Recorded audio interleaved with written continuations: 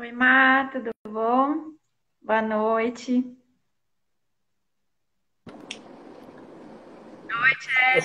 Oi, Leso. E aí, tudo bem? Tudo bem, e você?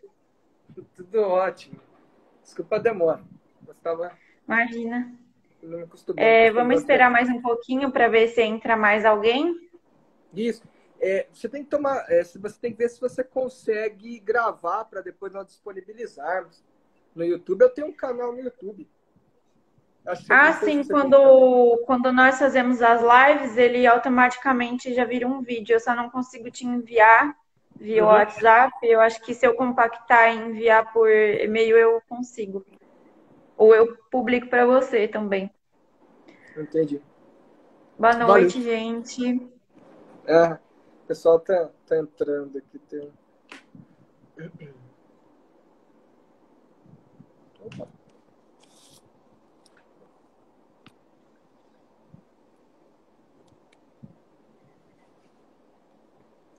Tema é IPTU verde.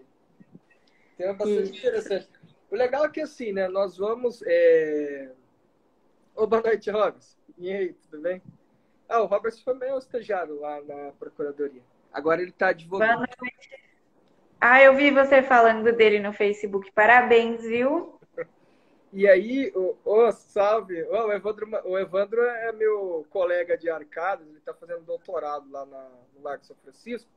Ele é procurador do Estado do Espírito Santo. Valeu. Nossa, que legal. Muito Salve, Evandro. bem-vindo, viu? Prazer tê-lo aqui. Então, essa questão do PTU Verde é interessante. Inclusive, eu vou participar de uma disciplina no mestrado que é Direito Financeiro e Meio Ambiente. E tem um tópico que fala sobre o IPTU verde. Inclusive, muito provavelmente eu vou escrever um artigo sobre o IPTU verde. Mas assim que eu escrever, provavelmente eu vou publicar em alguma revista, né? Igual eu venho falando com meus artigos que eu escrevo lá na USP para concluir os créditos das disciplinas. E aí eu vou Uhum. publicar esse artigo sobre o IPTU verde. É um tema bastante interessante. Eu gostei Sim, bastante. é um tema bem inovador, né? Não é uma coisa que, assim, tenha muito tempo, né? Surgiu há pouco tempo. Tanto é que uma das pautas que a gente vai falar, né, que é a bioconstrução, é uma coisa que eu também tive contato há pouco tempo. Foi Uhum. coisa do ano passado, quando eu estava fazendo a campanha para vereança aqui na minha cidade. Aí eu acabei tendo mais contato com essa parte ambiental e aí eu conheci a bioconstrução. Então, inclusive, Porque veja só, né? Só te interrompendo um pouco, perdão, até peço desculpa, mas eu trouxe uns exemplos aqui de algumas leis, né? A maioria das cidades não tem o IPTU verde, né? Então, nós sim. temos 5.570 municípios e acho que só 60 ou 67, 65 municípios têm legislação que trata sobre o assunto.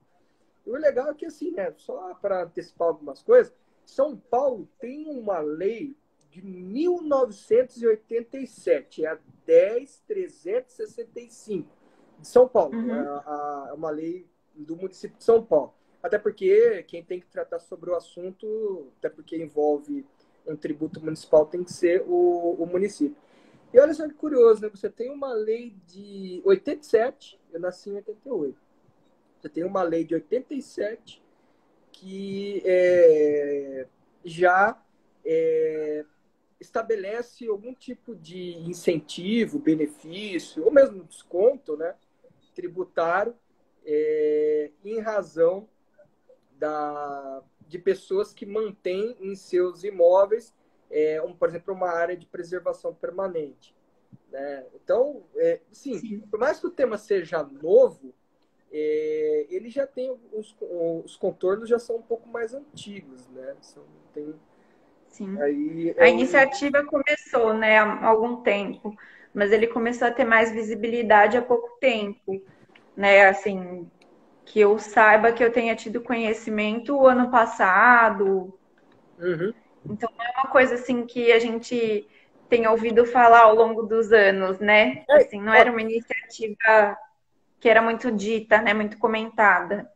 na cidade de Limeira, o Conselho Municipal do Meio Ambiente ele aprovou em uma assembleia ordinária e encaminhou um projeto para o prefeito para a instituição desse tributo. Né? Na verdade, não é instituição de tributo, né? O IPTU já existe no município, desde que o município é município. Mas assim, o desconto, né? Pelo fato do desconto do IPTU verde. É bastante interessante. Eu acho que, eu só não sei se nesse momento de pandemia agora, talvez seja aí o momento politicamente mais adequado. Mas eu acho que a tendência é Limeira no futuro ter algum tipo de projeto nesse sentido. Jundiaí eu procurei, não achei, talvez você saiba melhor sobre a questão. Campinas tentou instituir também, teve uma época, porém está travado na Câmara dos Vereadores, os PLPs que tratam sobre a questão do IPTU verde, desconto do IPTU. Enfim. Mas são municípios que já iniciaram, né? Já tiveram assim uma iniciativa do Poder Legislativo Municipal para já tratar desse assunto, né? Querendo ou não, é um assunto muito interessante. Guarulhos tem também, né, legislação nesse sentido. Sim. E Curitiba. Curitiba é curioso, eu vou até falar, Curitiba é possível até você conseguir a isenção, né? A isenção do IPTU. Porque é um acúmulo, né? São acúmulos de fatores sustentáveis que vão acumulando desconto do IPTU. Então, realmente, se a pessoa fizer um projeto assim totalmente inovador, super sustentável, que faça renovação de energia, de água, aliás, então ela realmente consegue um super desconto, né? Praticamente uma isenção. Uhum. É isso. Quer começar já? Vamos começar assim, porque senão a gente acaba ficando com pouco tempo, né? Primeiras damas, você pode Boa noite para quem está aqui acompanhando a nossa live. Outra live, né, Tchelle? A gente está assim, com um projeto de lives aí. Então, mais uma live aí para nossa listinha. Então, para quem chegou agora, a gente vai estar tratando de IPTU verde e de alguns fatores sustentáveis que fazem com que possa ter descontos no IPTU. Existe, pelas minhas pesquisas, porque eu também não sou da área de tributário, que existe também o desconto no IPI para alguns materiais que são sustentáveis, né? A produção de materiais sustentáveis também acarreta em desconto no IPI. Então, assim, eu vou dar um en passant, assim, vou falar de maneira bem rápida, assim, sobre a bioconstrução. E o Tchelle vai se aprofundar mais no assunto do IPTU, que é bem a sua área, né, Tchelle? Léo, deixa eu só fazer uma pausa no que você falou. Pode falar. Uma parte. É interessante. A questão do IPI, eu também tinha visto. Tem também, você encontra em algumas situações também o ICMS, né? A questão do IPI é especialmente interessante porque o IPI ele é um tributo que tem forte conotação extrafiscal, certo? Sim. Então, ele não serve apenas para arrecadar dinheiro para os cofres públicos, né, para o financiamento da máquina. Ele serve também para controlar comportamentos. Né? A teoria da economia comportamental é bastante interessante, da microeconomia também. Deixa eu só baixar aqui, perdão. Estou tirando o som aqui do outro celular. Então, existem dois princípios de microeconomia que são bastante interessantes. E nós estudamos muito na análise econômica do direito, que são os seguintes princípios. As pessoas são racionais e reagem a estímulos, a incentivos. Então, veja, né, é interessante essa questão, só para colocar a questão do IPI, depois eu vou voltar, né, quando eu vou falar mais sobre essa questão, porque, assim, tem um conteúdo, uma conotação na análise econômica do direito, na economia, especialmente na microeconomia e na economia comportamental, essa fixação de tributos. Quando você quer porventura, que o mercado, que as pessoas tomem algum determinado comportamento, você aumenta o tributo. Ou você cria um tributo, você tributa aquilo. Aí você vai desestimular aquele determinado comportamento. No nosso caso, é aquilo que você falou. Como você tem um tributo extra fiscal, que nesse caso aí é o IPI, além da fiscalidade, ele também é extra fiscal, ou seja, né, busca-se através desse tributo uma função que vai além da meramente arrecadatória, que é o quê? Você incentivar que produtos, né, sejam desenvolvidos, sejam produzidos em acordo com as normas ambientais, de acordo Sim. com uma política de desenvolvimento sustentável. Então, aí você pega o Estado, no caso, ele vai instituir esse tributo ou vai majorar esse tributo, né? E aí ele vai desestimular ou incentivar a conduta. Nesse caso, se o produto produzido for biodegradável, né, você vai ter uma tributação mais... Oi, tudo bem, Alisson? Você vai ter uma tributação mais mitigada. Se o produto ele for pernicioso ao meio ambiente, a produção dele vai ser mais tributada, porque o incentivo, na verdade, é inverso nesse caso. Bastante interessante essa questão. Boa noite, tudo bem? Aliás, Boa noite, Simone. Eu acabei fazendo uma parte aí, perdão, mas era só para falar sobre a questão do IPI. Não, imagina, super pertinente, né? Mas então, eu vou começar fazendo uma explanação bem simples do que é bioconstrução. Então, para quem não conhece, a bioconstrução ela é uma forma de construção. Aliás, antes de falar sobre isso, para quem não sabe, a construção civil ela é responsável, se não me engano, 30% do consumo global de energia, 39% das emissões de gases de efeito estufa, e além de que é a área que mais gasta com matérias naturais. Então, assim, vou falar agora sobre a questão da bioconstrução, que ela é uma técnica construtiva que usa matérias naturais, usa matérias do meio, né? Muito provavelmente, para quem não conhece, não vai ter muito essa noção. Então, assim, essa técnica construtiva, ela busca técnicas antigas de construção, que é usar argila, palha, areia. Algumas usam cimento, acho que por conta do ambiente, do terreno, né? Porque alguns terrenos são mais instáveis, então ele precisa de uma estrutura mais estável. Então, tem alguns tipos de construção específicas para o terreno onde vai ser desenvolvido esse projeto. E é interessante porque tem muita gente que confunde a bioconstrução com a arquitetura vernacular. Desculpa, eu tive que olhar aqui porque não é um termo que eu estou acostumada. Então, assim, qual que é a diferença? A arquitetura vernacular, ela está ligada com a cultura de algum lugar. Então, vamos pegar uma tribo indígena lá do Amazonas. Eles vão fazer a oca deles, né, a casinha deles lá, baseado praticamente assim, com base no corpo humano. Então, assim, a estrutura da oca se diz respeito aos ossos, aí o meio da oca é o tórax, né, onde fica o coração, onde fica a maior parte, né, da desenvoltura corporal ali, entre aspas, que seria onde fica a família, que seria a parte do tórax. A parte externa seria, como se dizer, a pele, os pelos, né?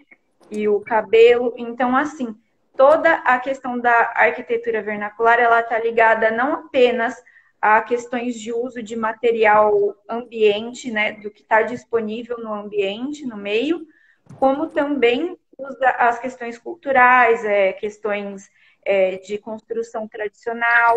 Então, ele não vai sair desse padrão. A arquitetura vernacular não sai desse padrão. A bioconstrução, ela é uma construção social. Por quê? Porque é uma construção que veio para trazer baixos custos de construção, né? Porque é uma construção civil. Se a gente for construir uma casa do zero, ela sai muito cara. Então, a bioconstrução, ela traz essa outra opção de construção barata, né? E que também traz opções de condições mais dignas. Então, assim, a pessoa ela vai poder usar uma água reutilizada da chuva, né? Vai poder utilizar, não vai precisar, aliás, utilizar ventiladores, ar-condicionado, porque a própria estrutura da casa vai dar um meio propício para que essa pessoa não precise utilizar de outros meios para se refrescar e coisas do tipo. Então, tem muita coisa para falar sobre bioconstrução. Nas minhas pesquisas que eu pesquisei, tem muito assunto. É um assunto bem amplo, tem vários tipos de construção, mas é um assunto que tomaria muito tempo. Então, é basicamente isso. Então, assim, por que a gente está falando sobre a bioconstrução atualmente? Porque hoje nós temos várias pessoas que passam fome, não têm onde morar, não têm abrigo, e o nosso país ele está sobrecarregado de custos, né? São valores assim altíssimos de gastos públicos. Então a gente, como sociedade, eu acho que não apenas as pessoas que estão lá em cima têm que pensar em opções. Eu acho que a gente, como população, também tem que pensar em opções e oferecer essas opções e dar conhecimento da população que não tem conhecimento sobre isso, sobre essas outras opções. Então é por isso que a gente está até fazendo essa live, porque eu acho um tema interessantíssimo para o município desenvolver, né? A princípio sobre casas populacionais, então assim, estruturas de casas que vão para muitas pessoas, e às vezes essas casas e não tem condição de manter. Então, a gente tem que pensar nisso, né? E aí a gente vai entrar em outra questão também, que agora o Marcelo vai entrar para falar do IPTU, né, Tchely? Que diz respeito, aliás, até um pouco além do que apenas ao custo da casa. Então, Tchely, eu passo a palavra para você. Fica à vontade para falar. Muito obrigado, Leslie. Brilhante aí a exposição até o presente momento. Praticamente, eu vou dizer para você que eu não conhecia essa expressão bioconstrução, né? Mas é bastante interessante. Eu até anotei aqui, porque como eu falei para você, nós vamos ter uma disciplina agora no curso de doutorado da USP que falará sobre esse tema, né? Então, eu vou participar. Eu até notei aqui, bioconstrução. Pode ser, talvez, uma sugestão interessante para um eventual seminário ou indicação de algum artigo do professor José Maurício Conde, que vai ser o responsável pela disciplina. Bom, a questão que eu vou falar é sobre o IPTU verde. Antes de tudo, eu gostaria de falar um pouco da história do IPTU, que é um tributo bastante interessante. E, assim, é muito presente na vida das pessoas. Provavelmente todo mundo que está assistindo aqui paga IPTU ou por algum motivo é isento. Mas, enfim, né? Mas você tem esse tributo muito presente na vida do munícipe. Esse tributo, ele, salvo engano, ele é de 1808. Portanto, ele é antes mesmo da independência do Brasil, que foi em 7 de setembro de 1822. Aí depois teve a Constituição em 24 e tal. Em 1891, tem uma curiosidade interessante, porque esse tributo ele saiu da competência municipal e passou para a competência dos estados. Então, os estados passaram a poder... Aliás, os estados cobravam esses tributos, não passou necessariamente do município para os estados. Os estados cobravam esse tributo, que é o IPTU. E aí, em 1934, né, com a Constituição, aí definitivamente ficaram os municípios competentes para instituir esse tributo. O IPTU, ele incide sobre a propriedade, o domínio útil ou a posse. A Constituição fala que é sobre a propriedade dos bens imóveis que estão localizados num perímetro territorial ali, que equivale a as fronteiras do município. Então, dentro de um determinado perímetro, o município pode, em tese, desde que o imóvel esteja na zona urbana ou urbanizado e não seja destinado a fins rurais, a fins agrícolas, o município pode instituir esse tributo, o IPTU, sobre a propriedade, o domínio útil e a posse, a de uso capione, portanto, uma posse qualificada, haverá incidência desse tributo no caso do IPTU, certo? Avançando um pouco nas questões do IPTU, tem um dispositivo bem interessante na Constituição que fala sobre a política urbana, né? E ele coloca o IPTU como um instrumento econômico de política urbana. Inclusive, essa é uma das previsões do Estatuto das Cidades, certo? Veja, os fins da política urbana, os fins fundamentais, eles estão previstos no plano diretor. Eu teria que pegar o plano diretor de uma cidade para estar analisando. Pois bem, quando um imóvel ele não cumpre a sua função social, entende-se, aquelas premissas fundamentais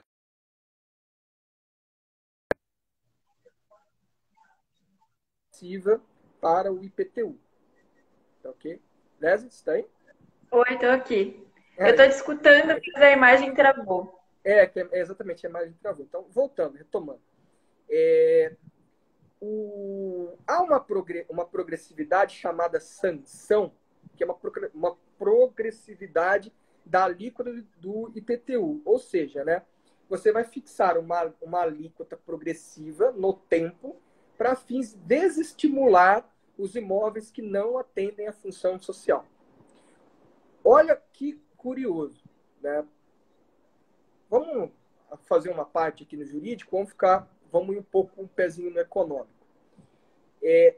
A ideia de você fixar uma alíquota progressiva para a cobrança do IPTU, cuja finalidade é desestimular as propriedades improdutivas, as propriedades improdutivas, ou seja, aquelas propriedades que não atendem à sua função social, você está falando daqueles dois princípios de microeconomia, necessariamente, que eu falei no começo, que é o quê? Ao fixar uma alíquota maior, você está desestimulando condutas, certo? Então, você tem essa progressividade no tempo. Salvo engano, a alíquota máxima pode chegar a 15%. Depois, o município pode manter em 15%, ou seja, na alíquota máxima, essa tributação. Depois tem, por exemplo, uma possibilidade de até desapropriação. Mas isso não é o caso. Vamos ficar no caso do IPTU. Então, você tem um IPTU progressivo, certo? Onde você visa o desestímulo, né, de atos ilícitos dos proprietários desses imóveis. Ou seja, os proprietários dos imóveis que não atendem à função social das cidades. Então, essa é a ideia. Então, você tributa de uma forma mais pesada para desestímulo da conduta, certo? Então, e aí você tem a progressividade no tempo, progressividade sanção, previsto inclusive na Constituição. Pois bem, aí, caminhando um pouco, até para fazer um paralelo, encaixar com essa questão que eu falei, você tem o IPTU verde, certo? Antes de falar o que seria o IPTU verde, eu acho interessante falar um pouco sobre a questão do meio ambiente, né? O meio ambiente, ele é de responsabilidade do Estado e da coletividade. É dever do Estado e da coletividade, portanto, né, adotar medidas que protejam, tutelam o meio ambiente. O meio ambiente é um direito humano de terceira geração, difuso, certo? Sim. E compete ao poder público, através de uma série de medidas, estar preservando o meio ambiente, certo?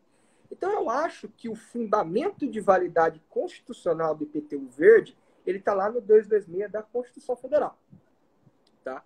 É lá que está o fundamento do IPTU verde.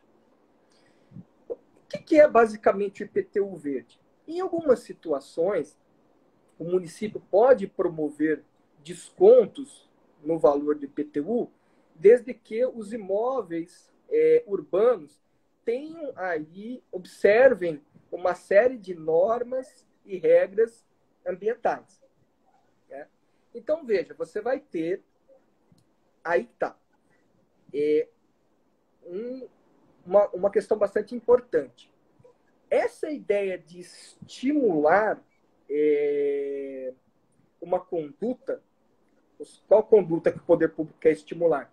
Que os munícipes, os proprietários de imóveis, preservem o meio ambiente.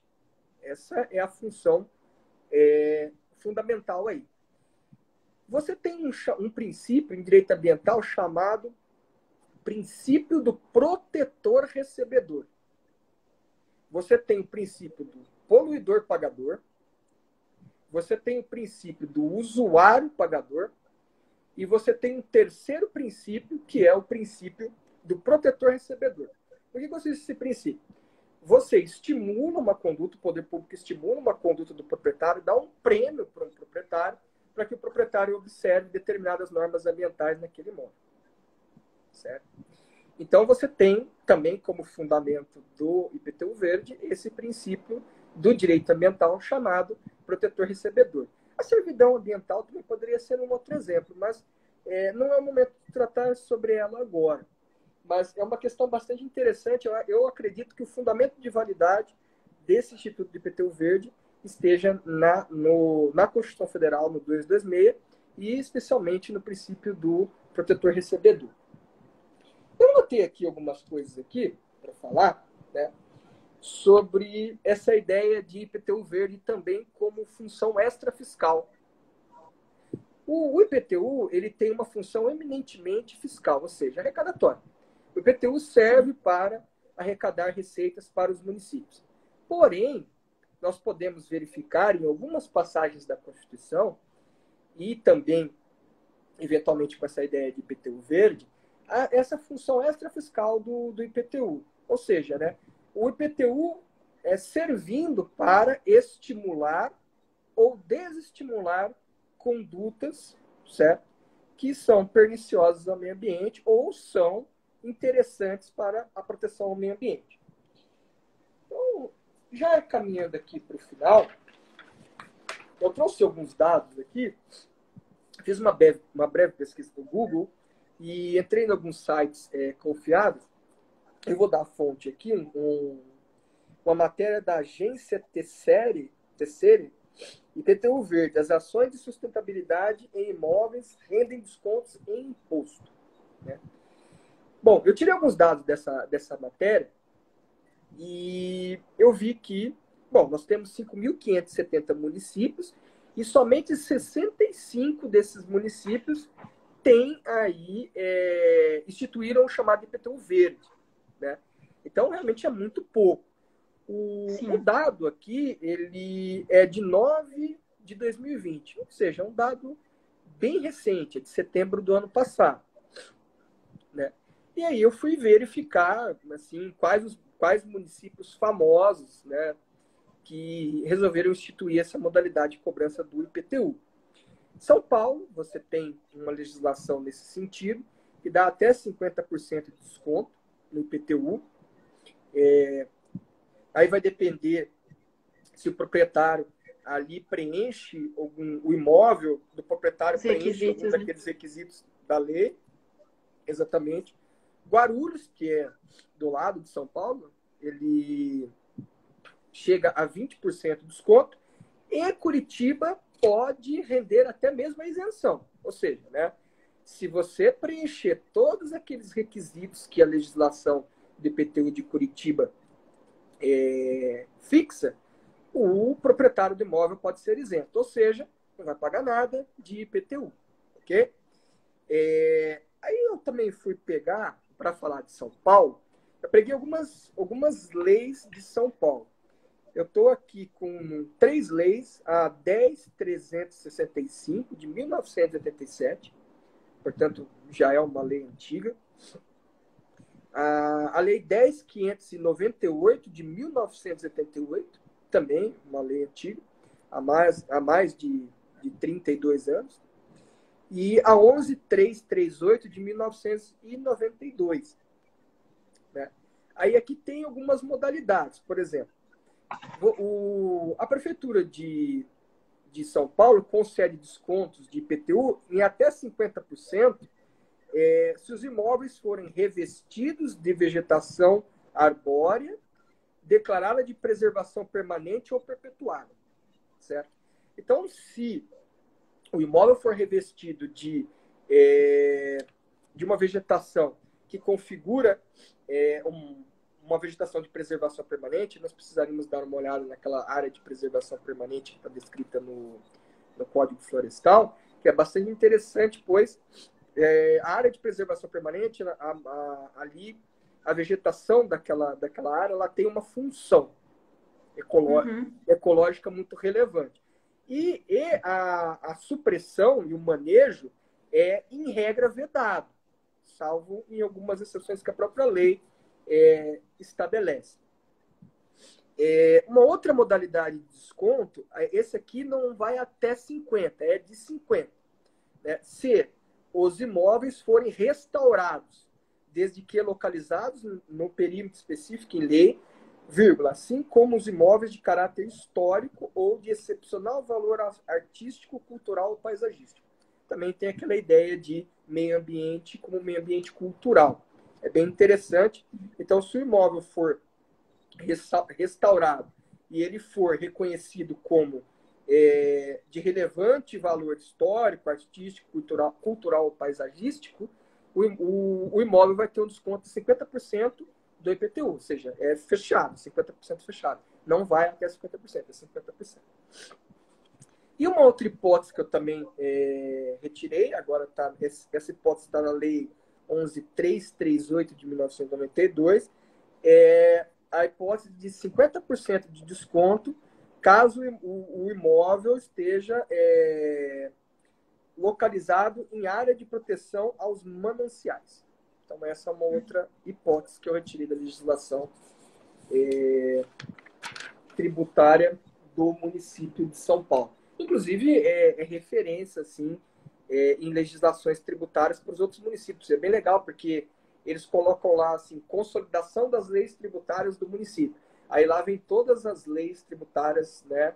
E, aliás, todas as leis, tem o Código Tributário Municipal, todas as leis esparsas, né? Que tratam sobre tributos na seara municipal. É bem interessante. Acho que era isso que eu tinha para falar, Leslie. Mais assim, sobre IPTU verde, foi bem um tema assim, abrangente, né? Só para dar uma introdução aí para a galera sobre a questão. Agora eu passo a palavra para você fazer suas considerações. Então, eu tinha achado uma matéria aqui na internet. Eu não sei se ela é muito. Não, ela não é. Acho que ela não é muito antiga, não. E ela estava falando dos acúmulos de requisitos, né? Para ter o desconto de IPTU. E está falando aqui, os benefícios estão previstos na Lei 6.793 de 2011. Ou seja, imagino que seja alguma lei municipal. De Guarulhos, eu imagino. Então, aqui ele está pondo todas as opções, né, de acessibilidade, de adaptação de calçada para trânsito livre e seguro, já configura um requisito de sustentabilidade, arborização, que é com mais árvores, né? No caso, dependendo da árvore, eu acho que se tiver aquela área de preservação permanente, acho que ainda é mais. Áreas permeáveis, né? Imóveis horizontais com jardins que permitem absorção, né, da água da chuva, porque em São Paulo não tem mais isso, né? Então é tudo concreto. Então você tirar árvore e ambiente verde não favorece, né, a absorção da água e faz com que tenha enchente. A gente tem visto isso bastante. Ainda mais porque São Paulo fica praticamente em cima vários pequenos rios, né? Não sei se você chegou a ver isso numa matéria que eu publiquei, que falava que o São Paulo não teve o projeto ideal e que foi construído vários locais ali, foi utilizado e foi projetado de maneira indevida. Por isso que tem muita enchente, muito pouca absorção da água da chuva, não tem escoamento, né? Uhum. Então, mas aqui continuando, o sistema de captação de água de chuva também tem desconto, né? Então, se a pessoa captar água da chuva para utilização própria, tem um desconto. O sistema de reutilização de água, que é diferente do sistema de captação de chuva. Então, você, por exemplo, eu vou usar a água da minha máquina de lavar roupa para limpar a minha casa. Então, esse sistema, é lógico que você não vai simplesmente tirar a água da máquina de lavar roupa e com balde, precisa, lógico, ter um sistema que comprove essa reutilização. Também o sistema de aquecimento solar, eu vi hoje, inclusive, uma telha que tinha sido aprovada por algum órgão, imagino, responsável por projetos sustentáveis, que são telhas que fazem a captação solar, que também são diferentes das placas solares. As placas solares, elas são um sistema muito mais caro, né? Nem Sim. todo mundo tem condição de comprar. E tem essas telhas que fazem essa função da placa solar e que são bem mais baratas. Tem também as construções de material sustentável, que foi uma das que eu falei, foi da bioconstrução, mas não precisa ser necessariamente a casa inteira, né? Projetada com materiais biossustentáveis. Ela pode ter uma reforma e, porventura, fazer algumas partes da casa que tenha isso. Só uma dúvida. Essas hipóteses você pegou na legislação de Guarulhos, certo? Sim, foi a que está na matéria, pelo menos. Eu não cheguei a abrir na íntegra. Mas é o que eu tenho visto aqui. Eles têm colocado bastante opção, bastante tópicos, né, que favorecem para o desconto. Então, assim, cada coisa tem uma porcentagem de desconto no IPTU. Então, por exemplo, a arborização tem um desconto de até 2%. Um que é bem alto aqui, acessibilidade, de até 5% de desconto no IPTU. Utilização de energia passiva, que é a utilização da própria luz solar. Para quem não sabe o que é, então você faz o projeto da casa para que você use menos energia elétrica e mais energia natural, né? A luz natural do sol. Tem a utilização de energia eólica, que é daqueles cataventos, né? De maneira grosseira é o catavento, né? Tem outros nomes mais técnicos que eu não conheço. Esse também já tem um desconto de 5% no IPTU. O telhado verde também, que é bem tradicional, né? Quando eu falo de telhado verde, eu lembro da Casa dos Hobbits, do Senhor dos Anéis, sabe? Eles ficam com aqueles telhados verdes. É basicamente isso. Tem gente que acha que é ruim, mas não é, gente. O telhado verde, ele faz com que a temperatura da casa fique mais estável. Então, por exemplo, a gente tá num período ok de temperatura, mas há um tempo atrás estava um calor bem alto. Para mim, qualquer calor é muito calor. E esse telhado verde, ele ajuda a estabilizar a temperatura da casa. Então, para a gente que mora numa casa de concreto, vira uma estufa no fim do dia. Quando eu chego em casa, pelo menos, parece que eu tô dentro de, sei lá, um saco plástico, porque tem que abrir todas as janelas para ver se entra uma brisa para melhorar a temperatura. E o telhado verde já propicia para que a casa ela tenha uma temperatura mais amena. E também tem a mais tradicional de todas, e acho que é a mais antiga, que é a separação de resíduos sólidos, né? Então, você faz a separação de material reciclável e material orgânico, isso já acarreta em desconto no IPTU também. Mas isso eu estou falando na legislação de Guarulhos. Aham. Mas é sempre bom falar para a gente ter uma inspiração, né? Isso, então, sim, a questão fica a cargo de cada município. Como eu havia dito aqui na minha explanação, de 5.570 municípios, só 65 até o mês 9 de 2020, ou seja, setembro do ano passado, tinham algum tipo de disposição local nesse sentido. Como é uma questão de competência exclusiva do município, você não poderia ter uma imposição dessa vindo de cima, lá de cima, portanto, da União, né, sob pena de Sim. inconstitucionalidade. Mas há certos avanços, né? Como eu havia dito para você, Campinas, infelizmente, os projetos, os PLPs que tratam sobre isso, né, estão lá nas escrivaninhas da Câmara. Em Limeira, nós tivemos um avanço importante no ano passado, que foi a aprovação de medidas nesse sentido, que foram encaminhadas, né, pelo prefeito, acerca da mudança da nossa legislação para a instituição do chamado IPTU verde em algumas hipóteses. Algumas das hipóteses, pelo que eu estava lendo, inclusive, elas guardam relações com essas que você bem expôs aí na sua fala, e que são hipóteses assim, bastante interessantes. Eu acho o seguinte, né? Como a questão ambiental sempre está na ordem do dia, né? Ainda mais nesse momento triste que nós vivemos no nosso país, eu acredito que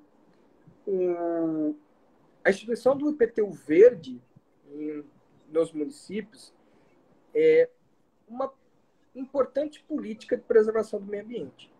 Né? Pois Sim, com certeza. pois você vai estimular a população, os proprietários de imóveis, a adotarem condutas que preservem o meio ambiente para os presentes e para as futuras gerações. Nós temos a solidariedade sincrônica e a diacrônica. Então, no caso, na questão do meio ambiente. Então, eu acho realmente uma política interessante. Apenas é um pouco difícil de. Eu acho que o grande problema disso não estar sendo instituído muito pelos municípios, né? Nós temos aqui o que praticamente 1% dos municípios, menos de 1%, 0,5% dos municípios praticamente, adotam esse desconto do IPTU verde. Né? Eu acho que pode ser que seja por uma questão de política fiscal. Pois, de uma certa forma, você vai ter que fazer uma renúncia fiscal. Você vai precisar, de alguma maneira,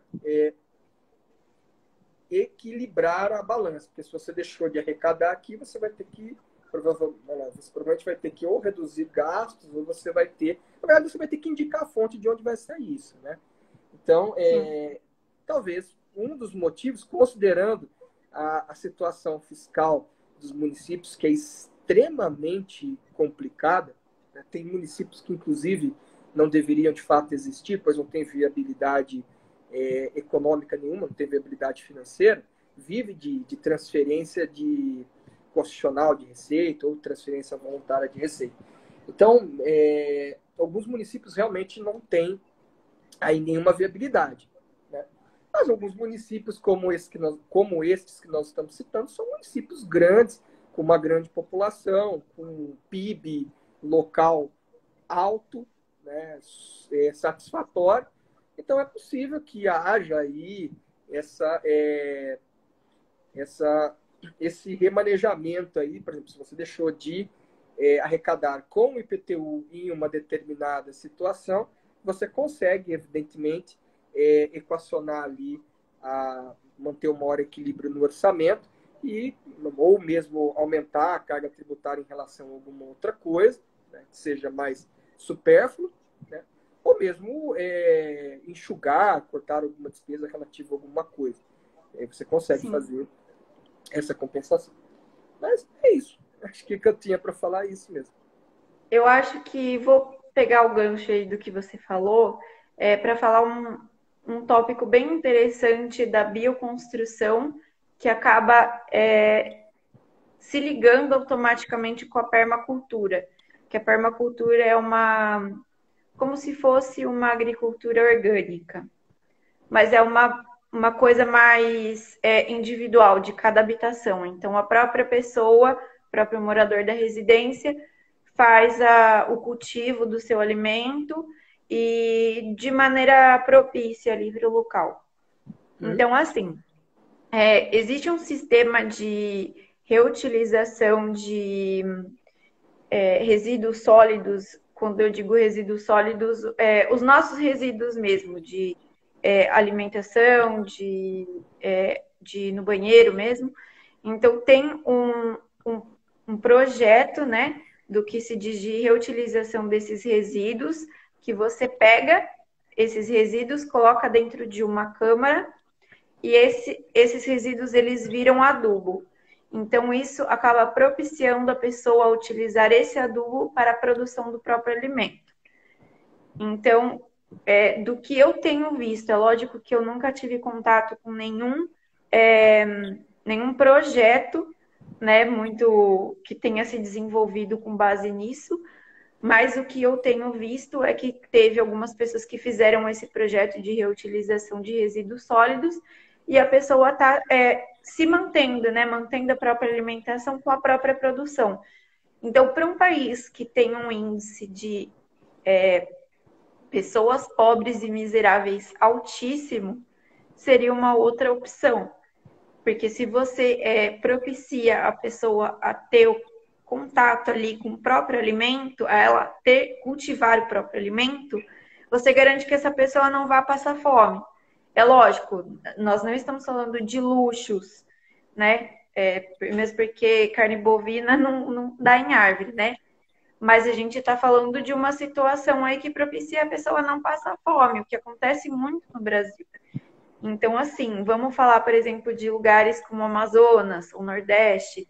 Tem lugares que as pessoas realmente passam fome, não tem o que comer, come farinha de mandioca com água. E elas teriam direito, por exemplo, ao Bolsa Família, ao auxílio, mas isso não chega lá. Tem pessoas no Amazonas que trabalham com vassoura de piaçaba e pagam um absurdo para ter um saquinho de açúcar, um saquinho de arroz e não ganham praticamente nada. Então, eu acho que o Brasil é um país rico em questão de matéria-prima, em questão de matéria do próprio ambiente, a gente produz muita coisa.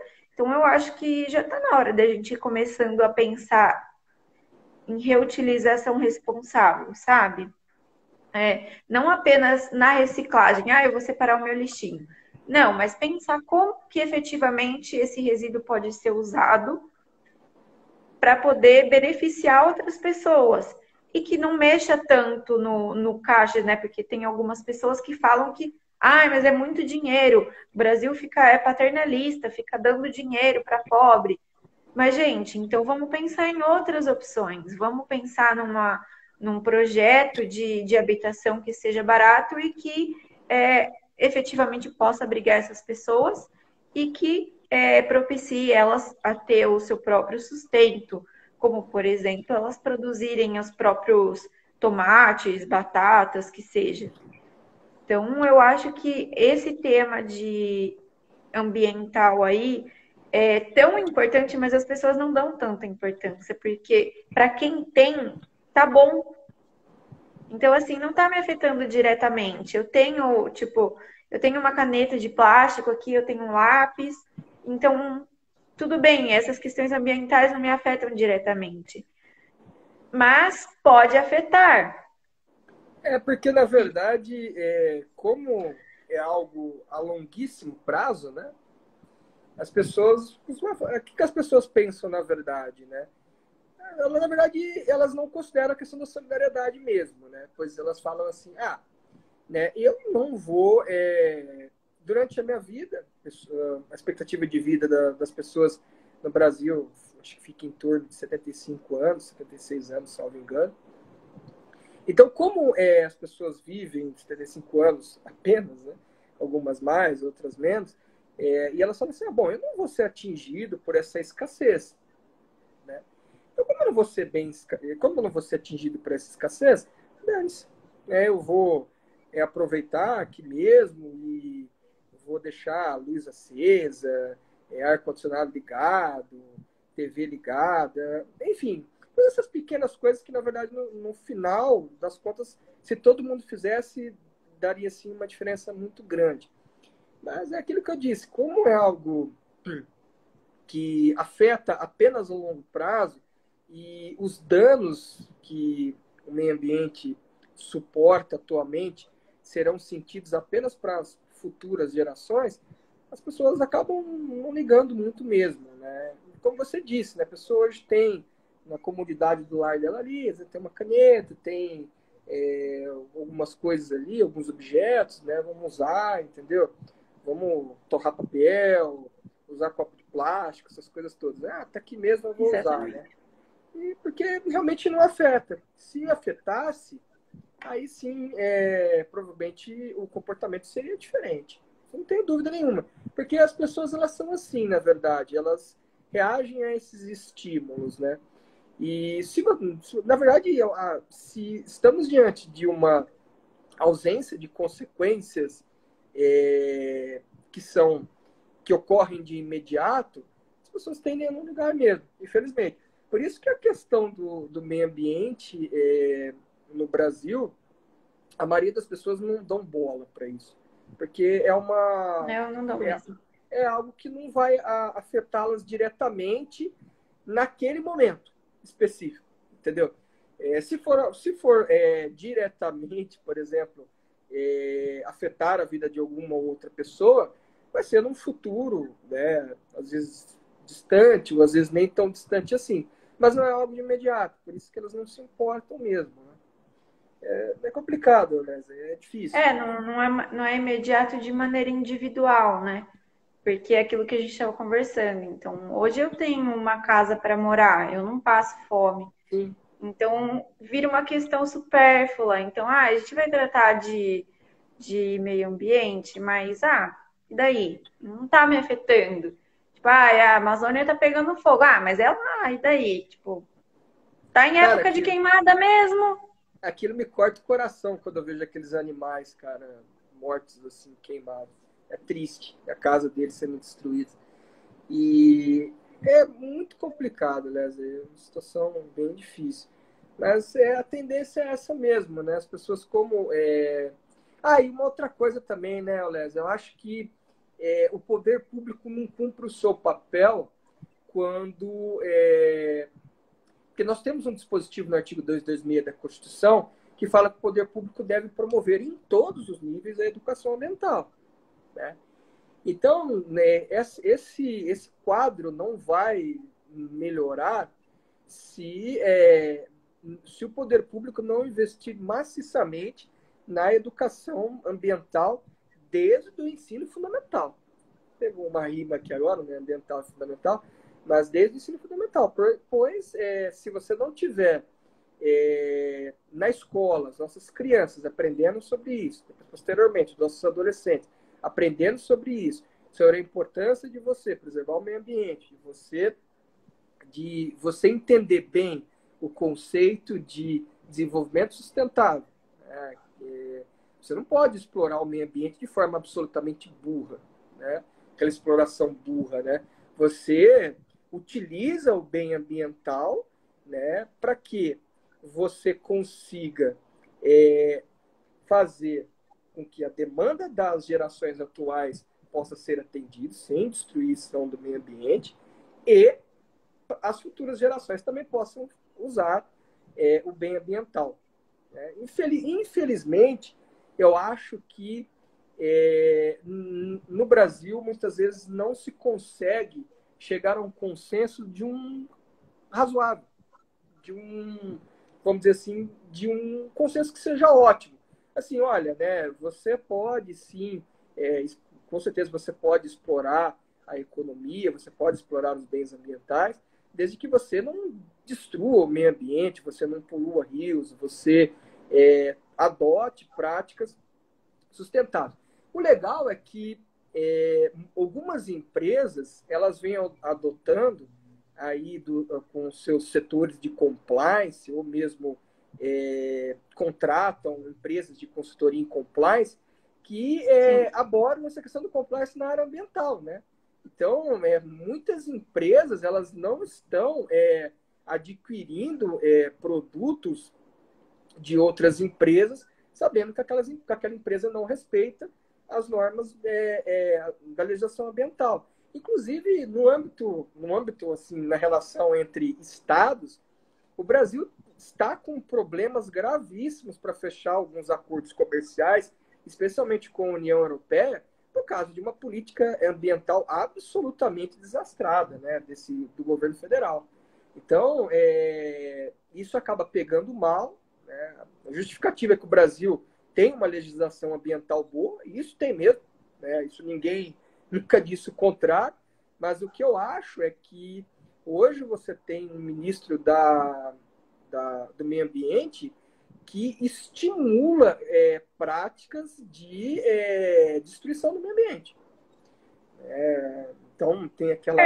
Essa questão do meio ambiente aí, ela pega num ponto muito sensível aqui no Brasil, que a gente, o nosso país, eu não sou uma especialista em economia, mas pelo que eu sei, o nosso país ele sobrevive de commodities, né? Então, produção de matéria-prima e, no nosso caso, mais ainda, seria no meio da agricultura. Então, é soja, milho e afins.